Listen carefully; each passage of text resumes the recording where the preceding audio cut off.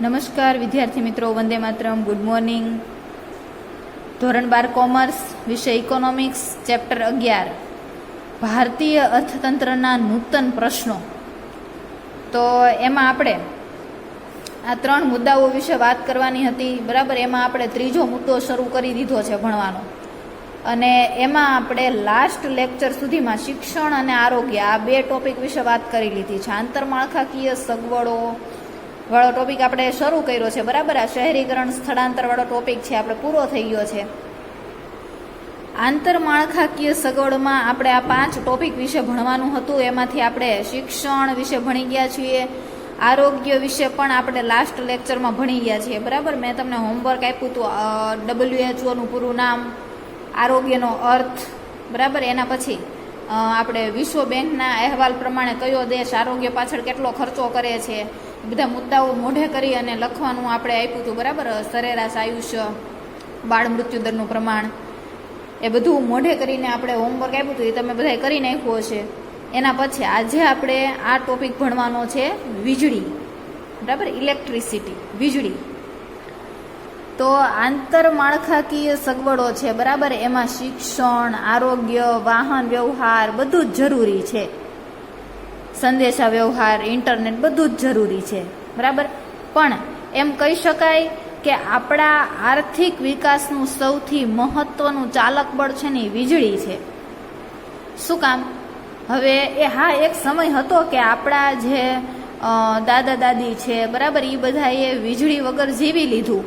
ત્યારે લાઇટ નહોતી, ઇલેક્ટ્રિસિટી નહોતી, તો પણ એ લોકોએ એનું જીવન પસાર કરી દીધું. પણ એક વસ્તુ વિચારો કે એ લોકો એના જીવનમાં છે ને કંઈ ખાસ પ્રગતિ કરી શક્યા નથી, બરાબર.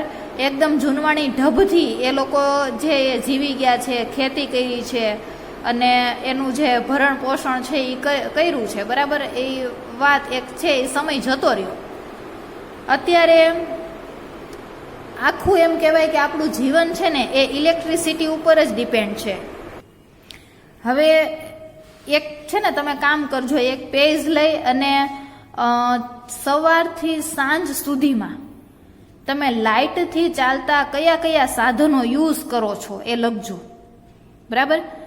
તમને યાદ આવશે કે ભાઈ આપણો સૌથી પહેલાં તો આપણો મોબાઈલ છે, બરાબર. એને આપણે ચાર્જ કરીએ છીએ, ટીવી, ફ્રીજ, પંખો, લાઇટ, એસી, બરાબર.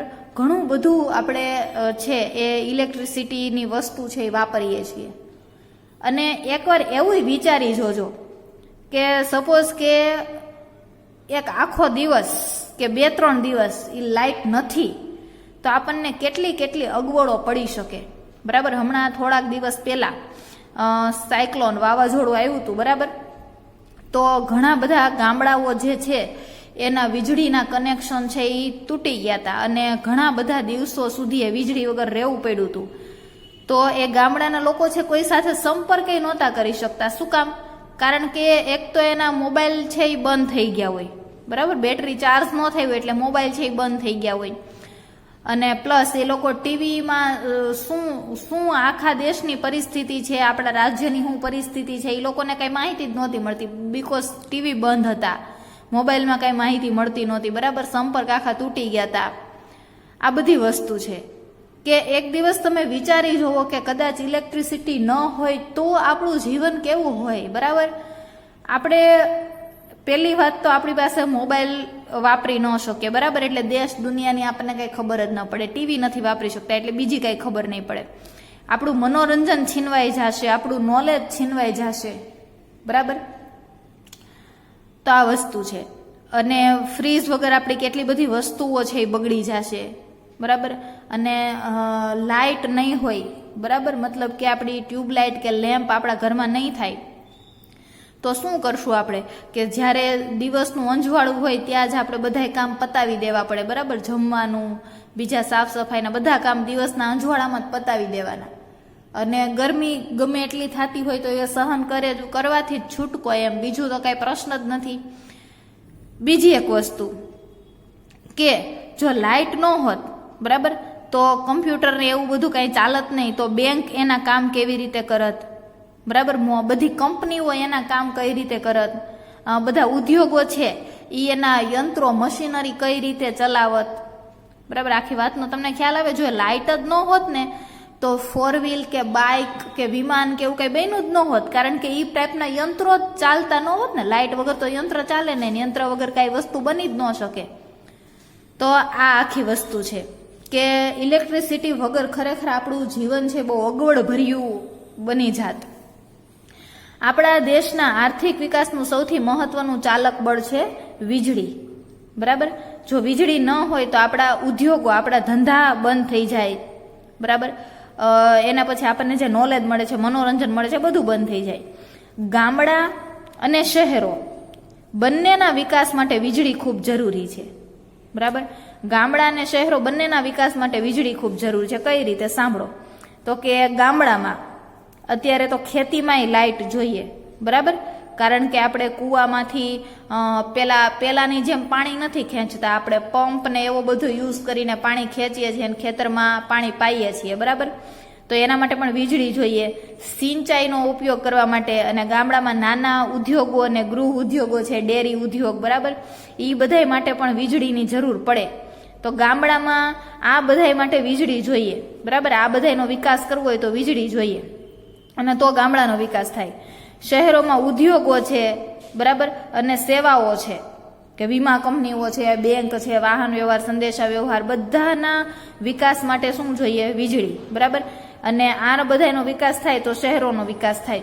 હવે સપોઝ કે આ જે ટેક્સટાઇલ ઉદ્યોગ છે, હીરા ઉદ્યોગ છે, એ બધું પડી ભાંગે તો મોટા મોટા જે મહાનગરો છે આપણા રાજ્યના, એનો વિકાસ અટકી જાય.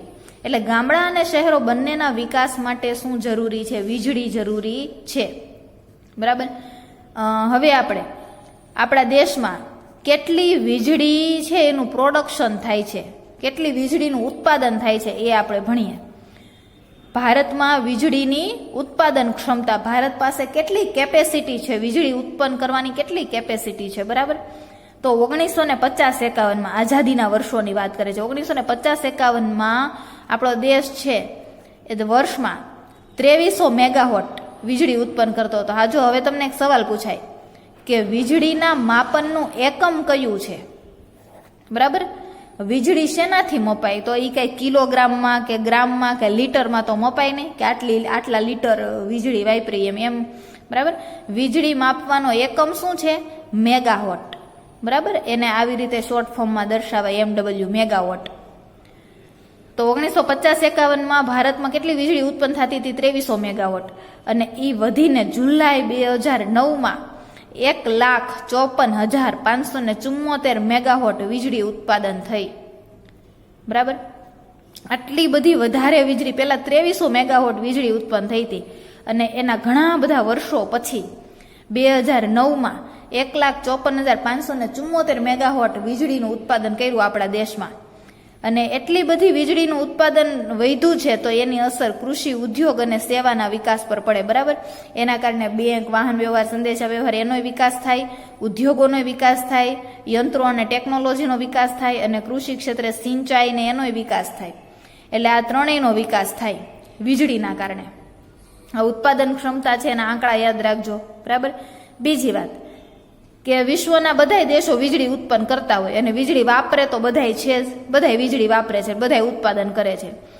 તો આખી દુનિયામાં વીજળીના ઉત્પાદનમાં ભારતનો 7મો ક્રમ છે, બરાબર. સૌથી વધુ વીજળી ઉત્પન્ન કરનારા દેશોની જો વાત કરીએ ને તો આપણે 7મા નંબરે છીએ. સારી વાત કહેવાય.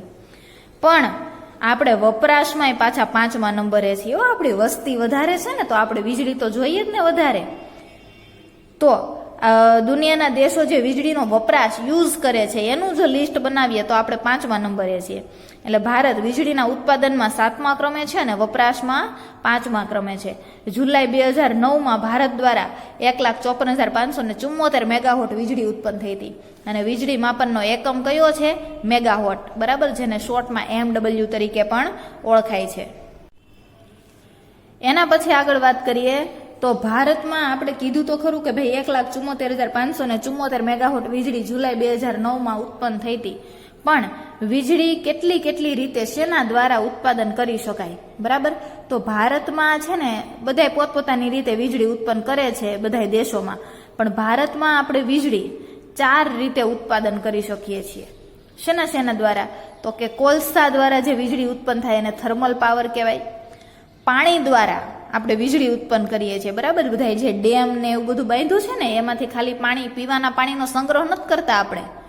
એ ડેમ ને એ બધામાંથી આપણે વીજળી એ ઉત્પન્ન કરીએ છીએ, બરાબર. તો પાણી દ્વારા પણ વીજળી ઉત્પન્ન થાય એને હાઇડ્રો પાવર કહેવાય. પરમાણુ દ્વારા પણ વીજળી ઉત્પન્ન થાય એને ન્યુક્લિયર પાવર કહેવાય. પ્લસ આપણે જગ્યાએ પવનચક્કીઓ પણ જોઈએ છીએ, બરાબર. બધાએ પવનચક્કી જોઈએ જ છે ને. તો પવનચક્કી દ્વારા, બાયોગેસ દ્વારા અને સૂર્યશક્તિ, સૌર ઉર્જા દ્વારા પણ આપણે વીજળી ઉત્પન્ન કરીએ છીએ. તો આ સવાલ તમને પૂછાય 2 માર્ક્સમાં. ભારતમાં કઈ રીતે વીજળી ઉત્પન્ન થાય છે? તો 4 રીતે. કોલસા દ્વારા થર્મલ પાવર, પાણી દ્વારા હાઇડ્રો પાવર, પરમાણુ દ્વારા ન્યુક્લિયર પાવર અને પવનચક્કી, બાયોગેસ અને સૌર ઉર્જા કે સૂર્યશક્તિ દ્વારા અન્ય, બરાબર. આ 4 રીતે આપણા દેશમાં વીજળી ઉત્પન્ન થાય છે. સૂર્યશક્તિ એટલે સોલાર પાવર, બરાબર, એનો વધારે ઉપયોગ થાય ને એટલા માટે સરકારે સૂર્ય કુકર અને સૂર્ય ગીઝર ખરીદવા માટે ભારત સરકાર સબસિડી આપે છે. જો વાત સાંભળો કે આપણે સૂર્ય દ્વારા જે વીજળી ઉત્પન્ન થાય છે એનો આપણે વધારે ઉપયોગ કરીએ ને, કારણ કે એનો વધારે ઉપયોગ કરવામાં ફાયદો છે કે એમાં ખર્ચો ઓછો થાય અને પ્રદૂષણ ન ફેલાય, બરાબર. એટલે આનો જેમ વધારે ઉપયોગ કરીએ ને એમ આપણા માટે ફાયદાકારક જ છે. તો આ સૂર્યશક્તિનો વધુમાં, અને એ પાછો અખૂટ સ્ત્રોત છે. સૂર્ય દ્વારા જે આપણને વીજળી મળે છે એ કોઈ દિવસ ખૂટી જવાની નથી, બરાબર. અખૂટ સ્ત્રોત છે, એમાંથી વીજળી મળ્યા જ કરે. એનો જે સૂર્યનો પાવર છે એ કોઈ દિવસ પતવાનો નથી. તો સૂર્યશક્તિનો વધુ ઉપયોગ થાય તો સૂર્યશક્તિના વધારે ઉપયોગ માટે એના જે સાધનો પણ બનાવ્યા છે, બરાબર. સોલાર પેનલ છે, જેનાથી આપણે ઘણા બધાના ટેરેસ પર આપણે જોઈએ છે કે લોકો સોલાર પેનલ ગોઠવી દે એટલે એમાંથી એને વીજળી મળ્યા કરે, પછી આપણે લાઇટ બિલ ભરવું પડે નહીં. તો સૂર્ય કુકર છે, સૂર્ય ગીઝર છે, બરાબર. સોલાર હીટર આપણે કહીએ જેને. તો આનો વધારે ઉપયોગ થાય એટલા માટે સરકાર આની ખરીદી પર સબસિડી પણ આપે છે, બરાબર, જેથી સસ્તા દરે મળે ને આપણે એનો વધારે ઉપયોગ કરીએ. આ ઉપરાંત સોલાર પેનલ, જેની મેં હમણાં વાત કરી ને કે જેનાથી આપણને લાઇટ મળતી રહી અને આપણે લાઇટ બિલ ન ભરવું પડે, એ આપણે ફિટ કરાવવી પડે સોલાર પેનલ. તો એના માટે પણ સરકાર છે એની ખરીદી માટે પણ પ્રોત્સાહન આપે છે, જેથી કરીને આનો વધારે ઉપયોગ થાય. પછી આપણે શેના દ્વારા કેટલું ઉત્પાદન, આપણે વીજળીનું ઉત્પાદન તો કરીએ જ છીએ, અને શેનાથી કરીએ છીએ એ તમને ખબર પડી ગઈ. પાણી દ્વારા, ન્યુક્લિયર દ્વારા, પવનચક્કી દ્વારા, બરાબર, આપણે વીજળીનું ઉત્પાદન કરીએ છીએ. પણ આપણે એ વાત કરવાની છે કે 2012-13માં વીજળીનું આપણે કયા સ્ત્રોત દ્વારા કેટલું ઉત્પાદન કર્યું હતું? તો થર્મલ પાવર. થર્મલ પાવર એટલે શેનાથી વીજળી ઉત્પન્ન થાય? કોલસા દ્વારા, બરાબર. કોલસા દ્વારા વીજળી ઉત્પન્ન થાય એને થર્મલ પાવર કહેવાય. તો આપણે જેટલું વીજળીનું ટોટલ ઉત્પાદન કર્યું હતું ને 2012-13માં આપણે વીજળીનું ટોટલ ઉત્પાદન કર્યું હતું ને, એમાંથી 70% વીજળીનું ઉત્પાદન આપણે કોલસા દ્વારા કર્યું હતું. એના પછી હાઇડ્રો પાવર એટલે એ શેનાથી બને? પાણી દ્વારા વીજળી બને. વિન્ડ પાવર એટલે એ પવનચક્કી દ્વારા વીજળી બને, બરાબર. તો હાઇડ્રો પાવર અને વિન્ડ પાવર દ્વારા આપણે ટોટલ જે વીજળીનું ઉત્પાદન કર્યું હતું એમાંથી 16% હાઇડ્રો અને વિન્ડ પાવર દ્વારા કર્યું હતું, બરાબર. ન્યુક્લિયર પાવર એટલે પરમાણુ દ્વારા, એનાથી આપણે 2% વીજળીનું ઉત્પાદન કર્યું હતું પરમાણુ દ્વારા, બરાબર. અને અન્ય જે સ્ત્રોત છે સૂર્ય શક્તિ ને બાયોગેસ, એના દ્વારા આપણે 12% વીજળીનું ઉત્પાદન કર્યું હતું. એના પછી ભારત સરકાર જે છે ને હાઇડ્રો પાવર એટલે પાણી દ્વારા ઉત્પન્ન થતી વીજળી, અને વિન્ડ પાવર એટલે પવનચક્કી દ્વારા, બરાબર. ભારત સરકાર હાઇડ્રો પાવર અને વિન્ડ પાવરના ઉત્પાદનને પ્રોત્સાહન આપે છે. સરકાર એવું ઈચ્છે છે કે આના દ્વારા વધારે વીજળી ઉત્પન્ન થવી જોઈએ, કારણ કે એના દ્વારા વીજળી ઉત્પન્ન કરવામાં પ્રદૂષણ થતું નથી. પાણીથી કે પવનથી કે સૂર્યથી વીજળી ઉત્પન્ન કરીએ ને એમાં પ્રદૂષણ થતું નથી. પરમાણુ દ્વારા આપણે વીજળી ઉત્પન્ન કરીએ ન્યુક્લિયર પાવર, તો એમાં બહુ બધું પ્રદૂષણ ફેલાય. એટલે એના કરતાં પાણી, પવન, સૂર્ય એના દ્વારા વીજળી ઉત્પન્ન થાય એમાં કોઈ પ્રદૂષણ ફેલાતું નથી. એના પછી આપણે ટોપિક ભણીએ કે વીજળીનો વપરાશ ક્યાં ક્યાં થાય છે, બરાબર. તો એ તો હવે આપને જાતે આવડે. વીજળીનો વપરાશ ક્યાં ક્યાં થતો હોય? તો કે ઉદ્યોગોમાં તો થતો જ હોય, બરાબર. ત્યાં યંત્રો, ટેકનોલોજી હોય. આપણા ઘરમાંય થાય છે, એ કેમ ભૂલી જવાય? પંખો, ફ્રીજ શેનાથી ચાલે, બરાબર. તો વીજળીનો વપરાશ ઉદ્યોગોમાં થાય, રહેઠાણમાં થાય, વાહન વ્યવહારમાં થાય, વાહનો બનાવવામાં, બરાબર, પ્લસ વાહનોના વપરાશમાં તે વીજળી જોઈએ. કૃષિમાંય વીજળી જોઈએ, બરાબર, પાણી ખેંચવા માટે, પંપ ને એ બધું ચલાવવા માટે એમાંય તે જોઈએ, બરાબર. એના પછી સેવા વિભાગને તો કેમ ભૂલી જવાય, બેંકોમાં, વીમા કંપનીમાં બધામાં વીજળી જોઈએ જ છે ને, બરાબર, નહીંતર ત્યાં કમ્પ્યુટર કેવી રીતે ચાલે. તો વીજળીનો વપરાશ આટલા ક્ષેત્રે થાય છે, બરાબર. અને હવે આપણે એક ટોપિક એવો ભણીએ કે આ બધામાં વીજળીનો વપરાશ તો થાય છે, પણ કેટલો થાય છે, કુલ જે વીજળીનું આપણે ઉત્પાદન કર્યું એમાંથી કેટલો વપરાશ ક્યાં થાય છે, બરાબર. 2012-13માં આપણે આગળ એવું જોયું હતું કે 2012-13માં આપણે વીજળી ઉત્પન્ન કરી, એમાંથી થર્મલ પાવર દ્વારા આટલી ઉત્પન્ન કરી હતી 70%, હાઇડ્રો પાવર ને વિન્ડ પાવર દ્વારા 16% ઉત્પન્ન કરી હતી, ન્યુક્લિયર પાવર દ્વારા 2% અને અન્ય દ્વારા 12%, આટલી વીજળી આપણે ઉત્પન્ન કરી હતી. તો એમાંથી કેટલો વપરાશ ક્યાં થાય છે 2012-13માં એ જોવાનો છે.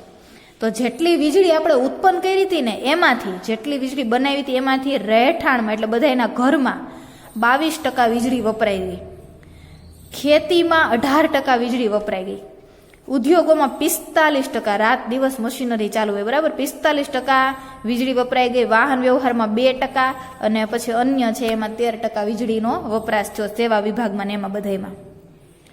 તો વીજળીનું જે ટોટલ ઉત્પાદન કર્યું હતું 2012-13માં એમાંથી આ રીતે વપરાશ થયો છે, આ રીતે યુઝ થયો છે. રહેઠાણમાં 22%, ખેતીમાં 18%, ઉદ્યોગોમાં 45%, વાહન વ્યવહારમાં 2% અને અન્ય ક્ષેત્રે 13%. એના પછી ભારતમાં વીજળીનું ઉત્પાદન કોણ કરે છે, બરાબર, ઉત્પાદન કેટલું થાય, શેના દ્વારા થાય, બધું ભણ્યા. એનો વપરાશ કેટલો થાય છે, ક્યાં થાય છે એ ભણ્યા. પણ ઉત્પાદન કરે છે કોણ? તો કે ભારતમાં વીજળીનું ઉત્પાદન કેન્દ્ર સરકાર પણ કરે છે, રાજ્ય સરકાર પણ કરે છે અને ખાનગી કંપનીઓ પણ વીજળીનું ઉત્પાદન કરે છે, બરાબર. દાખલા તરીકે આપણને ખબર હોય કે આપણા ગુજરાતમાં GEB કંપની છે, બરાબર, ગુજરાત ઇલેક્ટ્રોનિક બોર્ડ, ગુજરાત વીજ બોર્ડ, તો એ રાજ્ય સરકારની કંપની છે. પછી આપણને ખબર હોય ટોરન્ટ કંપની છે, બરાબર, વીજળીની ટોરન્ટ કંપની છે, તો એ ખાનગી પ્રાઇવેટ કંપની છે. તો વીજળીનું ઉત્પાદન કેન્દ્ર સરકાર, રાજ્ય સરકાર અને ખાનગી ક્ષેત્ર દ્વારા થાય છે.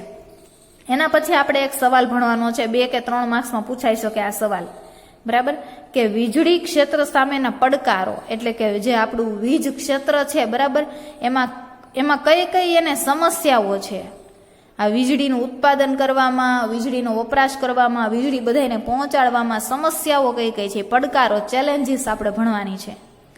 તો ચાલો સાંભળો. પહેલું કે આપણા દેશ પાસે વીજળીનું ઉત્પાદન કરવાની જેટલી ક્ષમતા છે ને એનો પૂરેપૂરો ઉપયોગ થતો નથી. એટલે આપણી પાસે વીજળીનું ઉત્પાદન કરવાની જેટલી કેપેસિટી છે ને એ કેપેસિટીનો આપણે ઉપયોગ નથી કરતા. આપણે જેટલી વીજળી ઉત્પન્ન કરી શકીએ છીએ ને એટલી કરતા નથી, ઓછી ઉત્પન્ન કરીએ છીએ, બરાબર. પછી આપણા દેશનો વાર્ષિક 7 થી 8% વિકાસ કરવો હોય તેમાં વીજળી બહુ બધી જોઈએ, કારણ કે ઉદ્યોગો અને એ બધાનો વિકાસ થાય તો જ દેશનો વિકાસ થાય ને, એટલે એમાં વીજળી જોઈએ. તો વાર્ષિક આપણે 7 થી 8% વિકાસ કરવો હોય તો એના માટે વધારે વીજળી જોઈએ, પણ એટલી ઉત્પન્ન થતી નથી. ત્રીજું કે વીજળીનું ઉત્પાદન કરવાની આપણી પાસે જે કેપેસિટી છે ને એના કરતાં આપણે ઓછું ઉત્પાદન કરીએ છીએ. ચોથું, ઘણા બધા લોકો વીજ ચોરી કરે છે, તમને ખબર હોય, બરાબર, ઘણા બધા લોકો વીજળીની ચોરી કરે છે, લાઇટ બિલ ન ભરવું પડે ને એટલે. વીજળીના જ્યાં કનેક્શન હોય ને ત્યાં ડાયરેક્ટ તાર જોડી દે એટલે એના ઘરમાં લાઇટ આવે પણ એને બિલ ન ભરવું પડે. વીજ ચોરી થાય છે, વીજળીની અયોગ્ય વહેંચણી થાય છે, બરાબર, કે કૃષિ ક્ષેત્ર બરાબર વીજળી મળતી નથી ને એવું બધું થાય છે. તો એના કારણે તે અમુક ક્ષેત્રનો વિકાસ નથી થતો. વીજળીના ઊંચા દર છે, બરાબર, આપણે ખબર છે કે ભાઈ કેટલું બધું આપણે લાઇટ બિલ આવે છે, તો વીજળીના દર બહુ ઊંચા છે. વારંવાર વીજળીની આવજા થયા કરે છે, બરાબર. ઘણા બધા એરિયા એવા હોય જ્યાં કન્ટિન્યુ લાઇટ ન મળે, ઘણી બધી વાર વીજળીના કાપ રાખી દેવામાં આવે.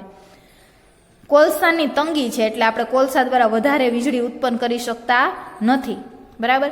તો આ બધી આપણા વીજળીની સમસ્યાઓ છે, વીજળી ક્ષેત્રની સમસ્યાઓ, કે આપણી પાસે જેટલી ઉત્પાદન ક્ષમતા છે એનો પૂરેપૂરો ઉપયોગ નથી થતો. દેશનો 7 થી 8% વિકાસ કરવો હોય તો બહુ બધી વીજળી જોઈએ, પણ એટલી બધી ઉત્પન્ન નથી થતી.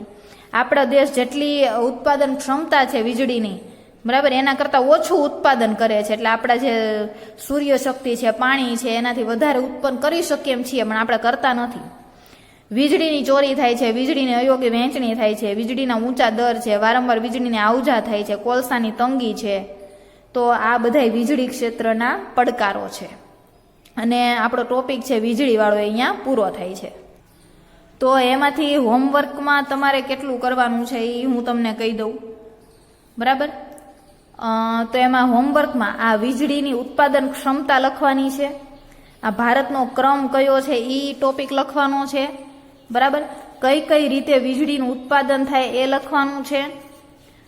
એના પછી આ ઉત્પાદન કયા દ્વારા કેટલું ઉત્પાદન થાય છે એ પણ લખવાનું છે. અને વપરાશ, બરાબર, કુલ ઉત્પાદનમાંથી કેટલો વપરાશ થાય છે, ક્યાં થાય છે, એ ટોપિક આપણે લખવાનો છે.